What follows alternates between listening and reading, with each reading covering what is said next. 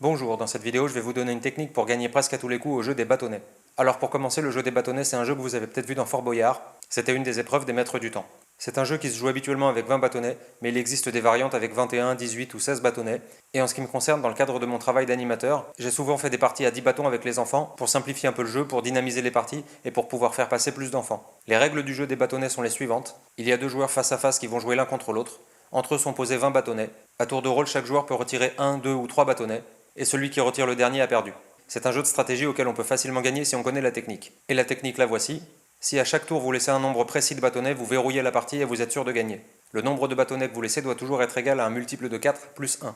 Donc si vous faites une partie à 20 bâtonnets, vous devez laisser successivement 17 bâtonnets, c'est-à-dire 4 x 4 plus 1, 13 bâtonnets, c'est-à-dire 3 x 4 plus 1, 9 bâtonnets, c'est-à-dire 2 x 4 plus 1, 5 bâtonnets, c'est-à-dire 1 x 4 plus 1, et donc ensuite vous laisserez un bâtonnet et vous avez gagné.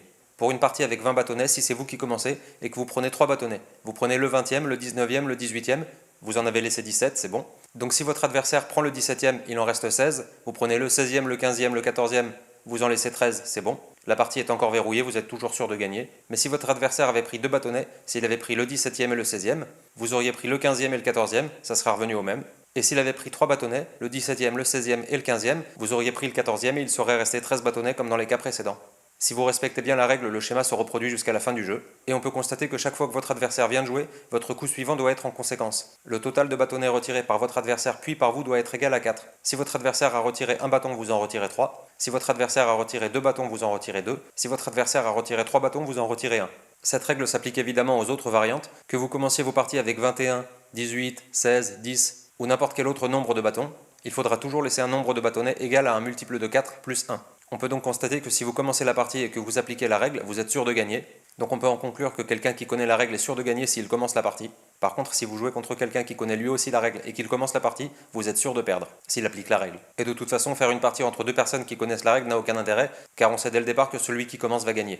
En revanche, si vous jouez contre quelqu'un qui ne connaît pas la règle et que c'est lui qui commence, vous avez une chance de gagner. Pour une partie à 20 bâtonnets, si votre adversaire prend uniquement le 20e, vous prenez le 19e et le 18e, il reste donc 17 bâtonnets, vous avez verrouillé la partie, vous êtes sûr de gagner. Dans le cas où votre adversaire prendrait le 20e et le 19e bâtonnet, vous prenez le 18e, il reste encore 17 bâtonnets, vous avez verrouillé la partie et vous êtes sûr de gagner. Par contre, si le premier coup qu'il joue est de prendre le 20e, le 19e et le 18e, il vous laisse 17 bâtonnets et là pour l'instant la partie n'est pas verrouillée. Même si votre adversaire ne connaît pas la technique, le jeu tourne pour l'instant en sa faveur. Il faudrait espérer que par la suite il prenne un nombre de bâtonnets qui le désavantage et qui vous permettent de verrouiller la partie pour que vous puissiez gagner. Donc on peut résumer en disant que celui qui commence la partie au jeu des bâtonnets est sûr de gagner. Enfin bien sûr ça dépend du nombre de bâtonnets avec lequel vous commencez la partie, mais c'est valable pour les parties commençant avec 20 bâtonnets comme dans Fort Boyard, ou les parties commençant avec 16 bâtonnets ou 10 bâtonnets. Par contre, si vous faites une partie avec 21 bâtonnets, voyons ce qui peut se passer.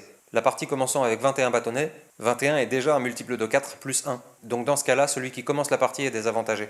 Il faut donc espérer que votre adversaire ne connaisse pas la règle pour avoir une chance de verrouiller la partie plus tard. Pour une partie avec 21 bâtonnets, si vous jouez avec un adversaire qui connaît la règle, si vous prenez le 21e bâtonnet, il va prendre le 20e, le 19e et le 18e, vous laissez 17 bâtonnets et la partie est verrouillée, il est sûr de gagner. Si vous prenez le 21e et le 20e, il va prendre le 19e et le 18e, il vous laisse 17 bâtonnets, la partie est encore verrouillée, vous êtes sûr de perdre. Et si vous prenez le 21e, le 20e et le 19e, il va prendre uniquement le 18e, vous laissant 17 bâtonnets, la partie est encore verrouillée, vous êtes sûr de perdre. Donc pour une partie avec 21 bâtonnets contre quelqu'un qui connaît la règle, c'est au contraire celui qui ne commence pas qui gagne. Voilà, amusez-vous bien, moi je vous dis... Arrivederci. Arrivederci. Arrivederci.